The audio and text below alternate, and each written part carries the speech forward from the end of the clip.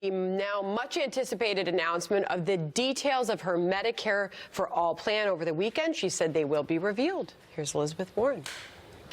What I see, though, is that we need to talk about the cost, and I plan over the next few weeks to put out a plan that talks about specifically the cost of Medicare for All and specifically how we pay for it. And whose taxes may or may not go up? That's the question she's avoided, right, Chris? So Laura Davison, great reporter at Bloomberg, my favorite reporter on taxes and spending.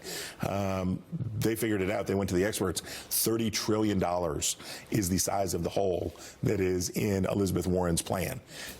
You don't fill a $30 trillion hole with no increased taxes for the middle class. Now, Bernie Sanders, who's not going to be president, Bernie Sanders says, yeah, everybody's taxes are going to go up, but you're going to get it back on the other side. Your premiums are going to go down, and you're going to make that money back. Elizabeth Warren is not ready to be the front runner. And the fact that Joe Biden is weakening at this moment is bad news for Elizabeth Warren, because Amy Klobuchar and Pete Buttigieg are able prosecutors of her situation, and she is not going to get through this. She's not going to make it to Iowa like this. First of all, she is going to put out a plan. She realized that at the last debate. She needed her own plan. When she does, she'd rather debate the facts and a plan than a vacuum. So she will do that, number one. Number two, the politics of her backing Medicare for All, Bernie Sanders' hallmark piece, which his supporters really care about, has been brilliant politics, because most of her support has come from Sanders supporters originally. And if she's the nominee, it makes it easier for the Sanders $30 trillion. So much money. Well, you don't, first of all, you don't know. That's the low end, by the way. She has multiple studies have looked at this and said $32 trillion. Our brain room says $34 trillion. So let's see what she comes up with. But the way she's explained it before is you may pay a little more over here to save a lot more over here in your household budget. Well, because the federal government is so efficient at spending money. Rahm Emanuel thinks this is all kind of out there. Listen to this. When President Obama did the ACA, it was to be built upon, not to be pulled out and start all over again. This was a 100-year effort. That's what's insane about this process. Your next step should be early buy-in to Medicare for early retirees, and then take on the fact that President Trump's budget has the largest cut in Medicare ever by any president.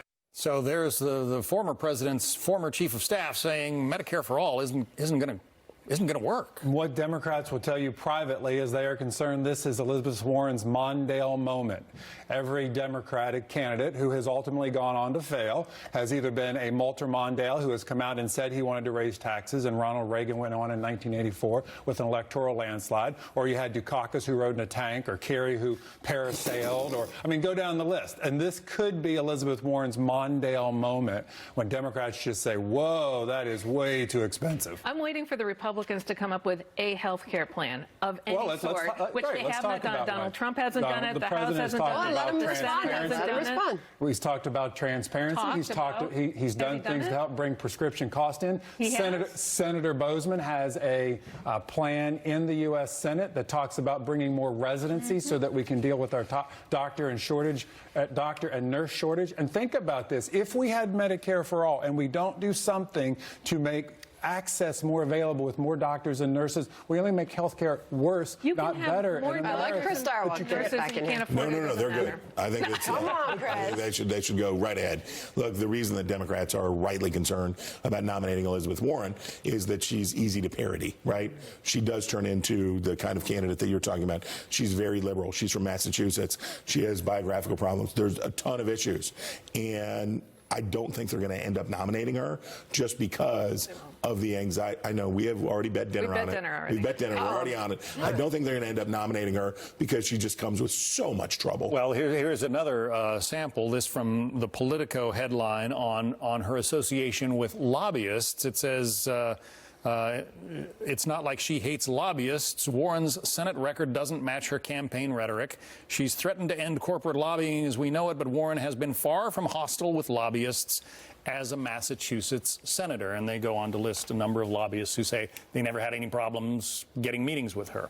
Is that a problem for her as she wants to be president. Well, you can get a meeting with her or her staff, and the reason is she uses those meetings to persuade you that she's right and you're wrong. And that's how she's used literally all of these meetings. Ask anybody. That's how she uses them. And, by the way, her proposal to tax foreign lobbyists, to stop foreign influence on our elections, is really popular in the polls as well. So I think Elizabeth Warren's made some fundamental changes, like how she used to raise money for campaigns versus how she raises it now. She went straight grassroots, no big lobbying money, no big events.